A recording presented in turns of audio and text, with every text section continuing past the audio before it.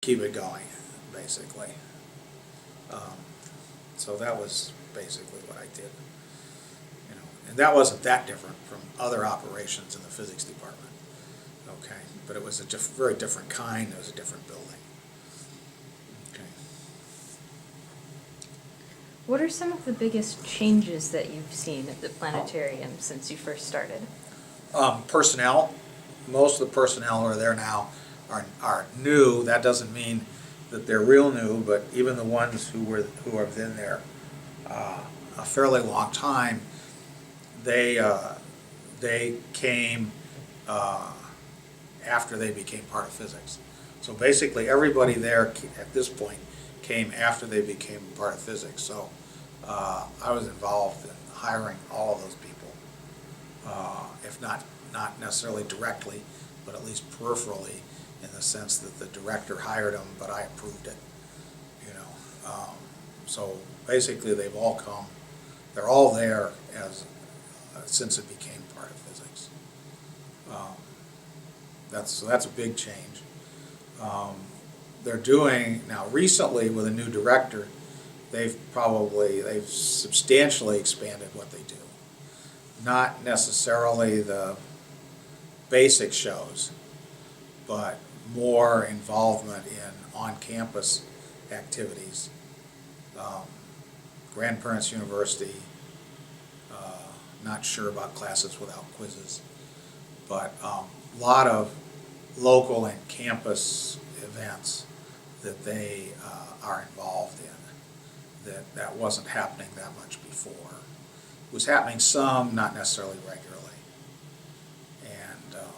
And so we've done a lot of specials things where the university has some of these things like, I don't know, Chinese year.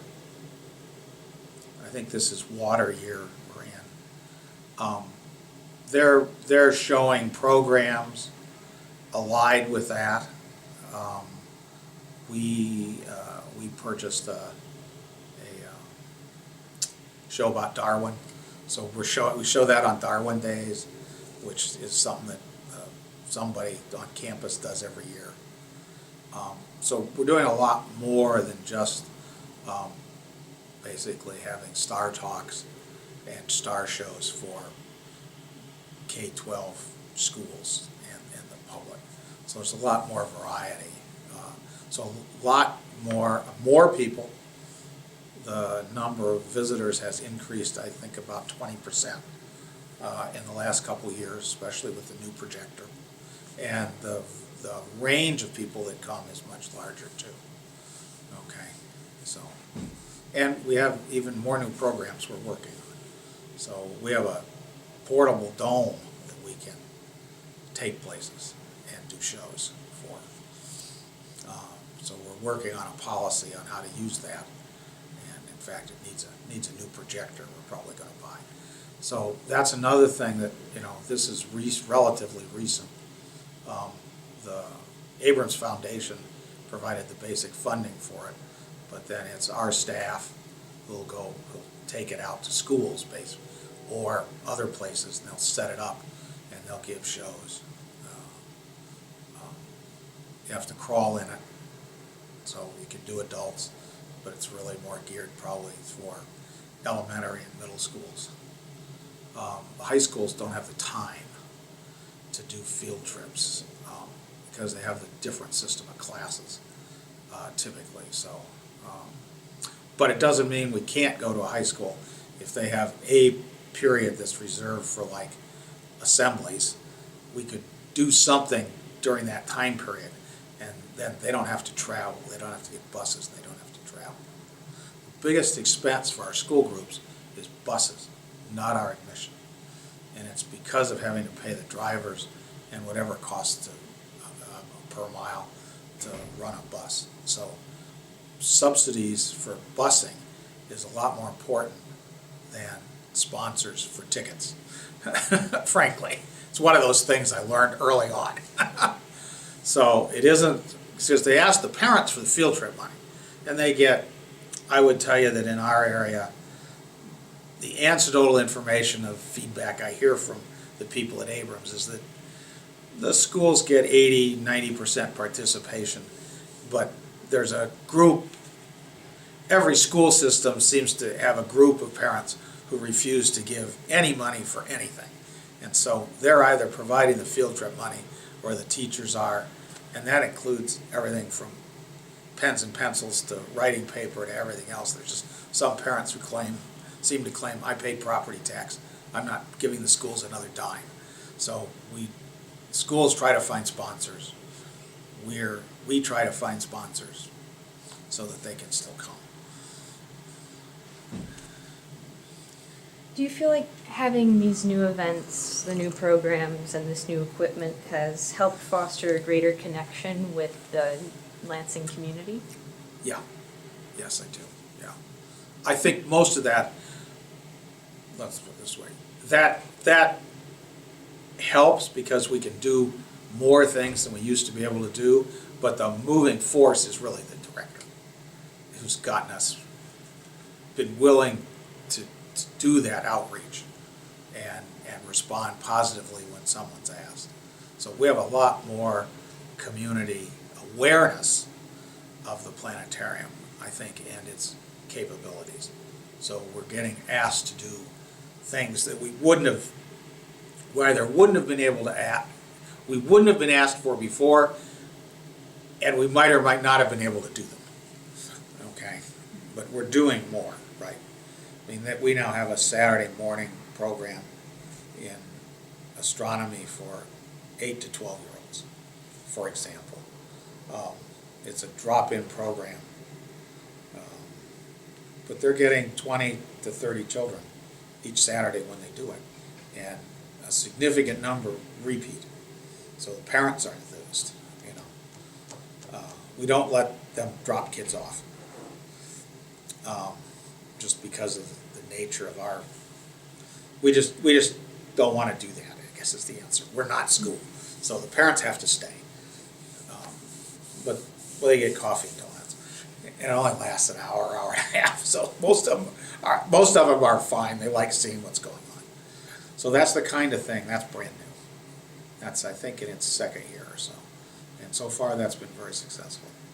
Do you hope to see more programs like that in the future?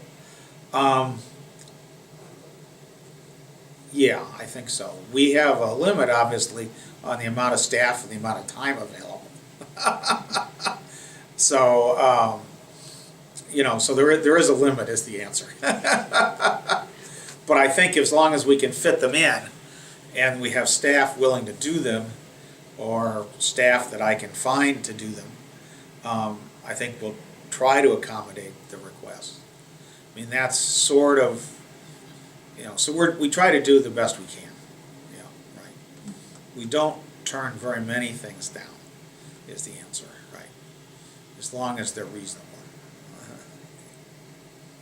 And do you think that the events have also helped you connect with the MSU campus and the students here?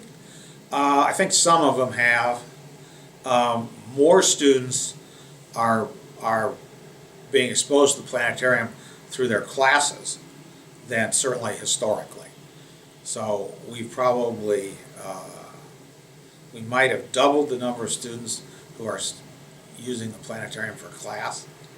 Are we getting more students who come on their own to the shows? That I don't know. I've never asked that question. Maybe a few. It's always been relatively popular because, one, it's on campus, and two, it's relatively inexpensive. It's, I think, $4. And so in terms of entertainment for an hour or more, it's fairly inexpensive. You know, so I think the answer is more students are being exposed in one manner or another to the planetarium, especially through classes. How many are coming on their own, I don't know. How many? There's a lot of other options these days, you know. Since the dorms have internet, there's Netflix and Hulu, and, you know, even modest-sized TVs can be had for not too much money. And I'm guessing virtually every dorm room might have a TV. at this stage. And the same is true for almost everybody off campus that has at least cable TV and has internet, that, you know, the entertainment options. You don't really have to go anywhere unless you want to.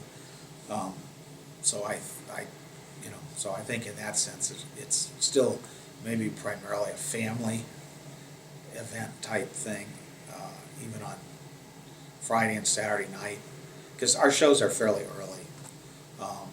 You know, you wouldn't take, there's an age limit at which you probably wouldn't want to do it, but anything up to about 15, you know, 6 to 15, we're done early enough that it's not a late night thing. But I'd have to ask her to know for sure. But we do fairly well on most of our weekend shows. So we do 4 each weekend, and, you know, we do reasonably well on those. Do you know about how many classes are held at the planetarium? The answer is at least one astronomy class meets there regularly. Other than that, I'm not sure there's any. Well, there's 2 classes that meet there regularly.